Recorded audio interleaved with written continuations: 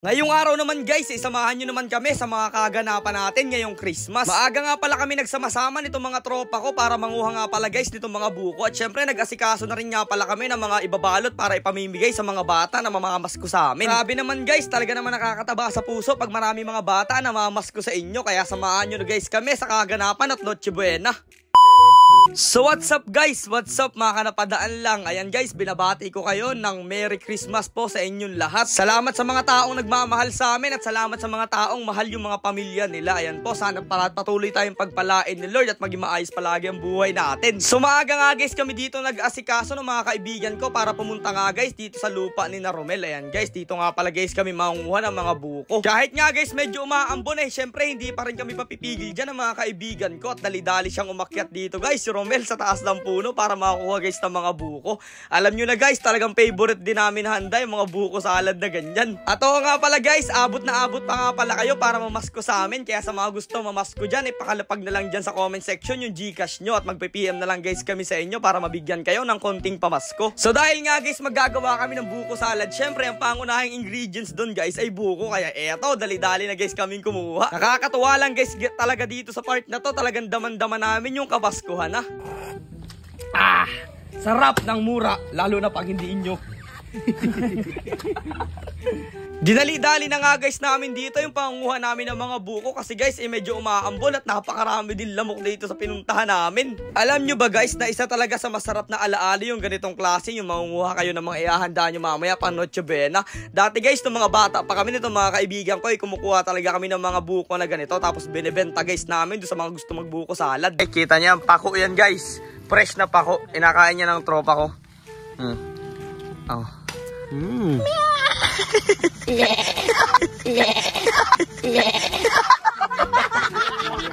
Tapos eto na guys, ang requirements nga pala para makakuha ka ng mga buko, syempre kailangan maging ganyan muna yung paa mo kadumi. Nilatag na nga lang pala guys namin dito yung daon ng saging at dito guys namin nilagay yung mga nakayod namin ng mga buko. Tapos ayun guys, fast forward tayo. Pagka uwi nga pala guys namin dito sa tinutulugan namin na bahay, eto nga pala guys yung mga ginawa namin.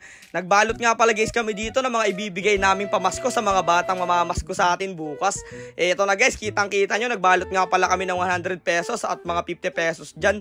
Medyo marami din yan guys para maging masaya naman guys yung mga bata na naririto sa lugar namin. Bukod dun guys, nagluluto na rin nga pala guys kami dito ng mga kakainin namin mamaya at pupudripen pan Noche Buena. Nagprito nga pala guys kami ng manok, gumawa rin guys kami dito ng gelatin. At eto guys, ang napakasarap na graham natin. Ayan, nabulol pa tayo sa sobrang sarap nun.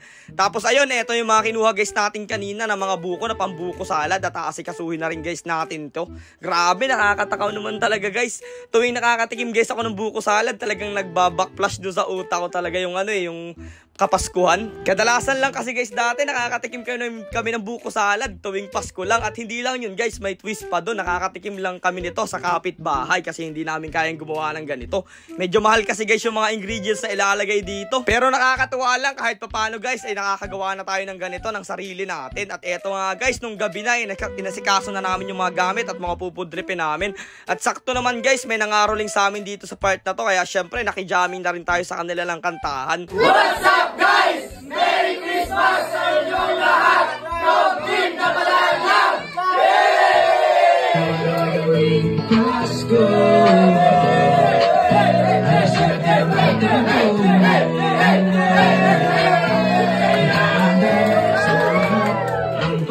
Ayun guys, 10 ng aking mga kagrupo at ang mga kaibigan ko sa Team Napadaan Lang Channel ay lubos ko po kaming bumabati ng Merry Christmas po sa ating lahat. Magmahalan lang po tayo lagi at mahalin natin yung mga pamilya natin at yung mga taong nagmamahal sa atin. Lagi nyo lang guys tatandaan na kahit anong gawin nyo dito sa mundo ay may masasabi pa rin yung mga tao. Lalong-lalo na guys yung mga taong inggit at galit na galit sa inyo. Talagang hindi mawawala yung kanilang mga sinasabi. Pero lagi nyo lang guys piliin na maging masaya.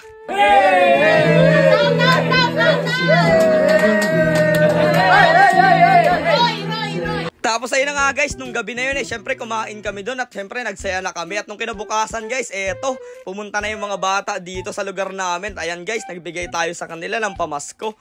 Tuwan-tuwa nga guys yung mga bata na yan, kahit papano nakakatanggap sila ng papasko galing sa team na Padaan Lang. At sobrang nagagalak din guys yung puso namin dahil kahit papano guys, yung dating kami lang guys yung namamasko dito sa lugar namin, ngayon kami na yung nagbibigay. Sobrang nakakataba rin guys ng puso pala yung mga ganong pangyayari. Hindi man guys tayo madalas tumulong o hindi man natin madalas maipakita sa camera yung pagtulong natin, pero sigurado ako guys, alam na alam ni Lord yung mga tulong na ginagawa natin. Hindi lang kami guys, sa mga nanonood dyan, kahit hindi nyo po i-video yung mga binibigay nyong tulong, alam ni Lord guys kung gaano kabuti yung mga puso nyo. Kahit na guys sa paligid natin may mga taong masama ang tingin sa atin, pero lagi nyong tatandaan, si Lord na nakakakita ng tunay na nilalaman na inyong mga puso. Kaya piliin guys natin maging mabuti laging tao. Kaya hanggang sa muli guys, binabati ko kayo ng Merry Christmas sa inyong lahat at lubos po nagpapasalamat ang team na Padaan sa lahat ng mga taong palaging nanonood, nag-share at nagko-comment dito sa mga vlog namin.